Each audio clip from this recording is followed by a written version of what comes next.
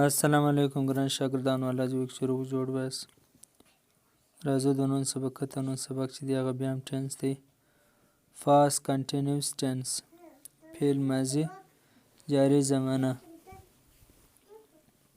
په تیر وخت کې چې کار جاري و، د دې دا هم پر درې برخو ویشلی. دا ټینس په درې شکل کې درته وایي.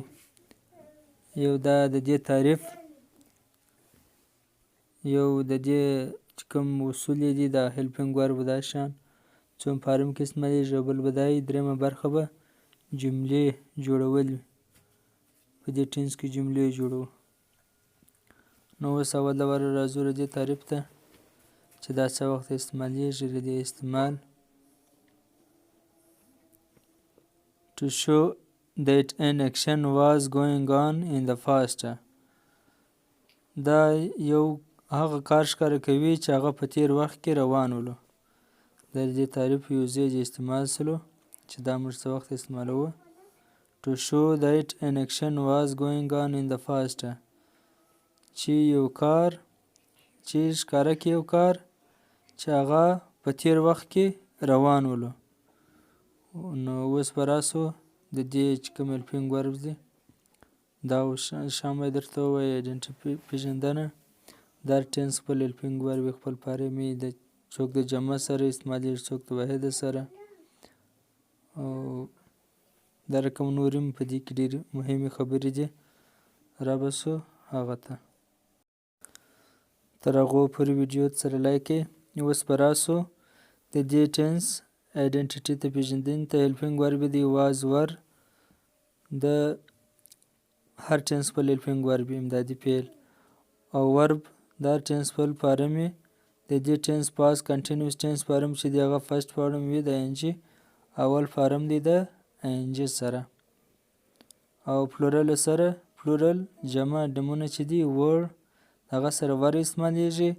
سینګولر هغه سره واز استعمالیږي. پلورل معنا ډیر نومونه لکه آی وی یو دی، او سینګولر معنا یو واحد نمونه یو نوم. خو دلته یوه خبره په دې کې دا اضافه کوو چې دلته آی د جمع نومو سره نه دی، آی د واحد سره دی. نو د آی سره ځکه واز استعمالیږي. کله کله آی بدلیږي، خپل ځای بدلی. دلته بیا دا دی خپل ځای بدل کړی دی، د سینګولرو سره استعمالیږي. کله کله د جمع نومو سره استعمالیږي، د وی یو دی سره. خو دلته په دې ټینس کې د واحدو نومو سره استعمالیږي. اوس به راسو جملو ته، په هغه کې به دا خبره ښه ښکاره سي، واضح به سي. اوس به راسو جملو ته.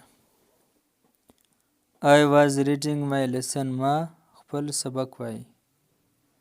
دا چې سوالیه جوړوو موږ همیشه دا وایو چې د ساده څه چې سوالیه جوړوي اول د واره به بیا هیلپینګ ورب په جمله د جملې په سر کې لیکي.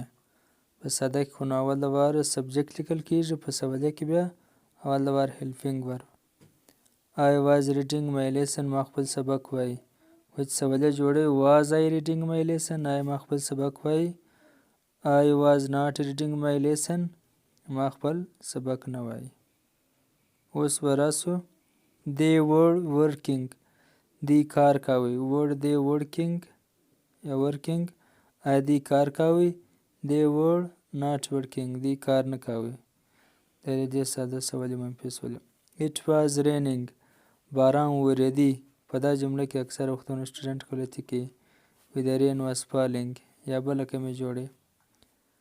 نو هغه غلطه دا رقم راځي. it was raining، باران وریدي. was it raining، آیا باران وریدي. it was not raining، باران نه وریدي. the child was crying for milk، ماشوم د شیدو لپاره وغاریولې. was the child crying for milk، آیا ماشوم د شیدو لپاره وغاریولې. the child was not crying for milk، ماشوم د شیدو لپاره نه ژړل.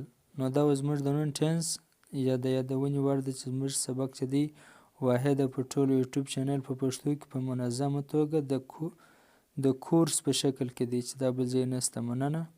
تر بیا ښې چارې.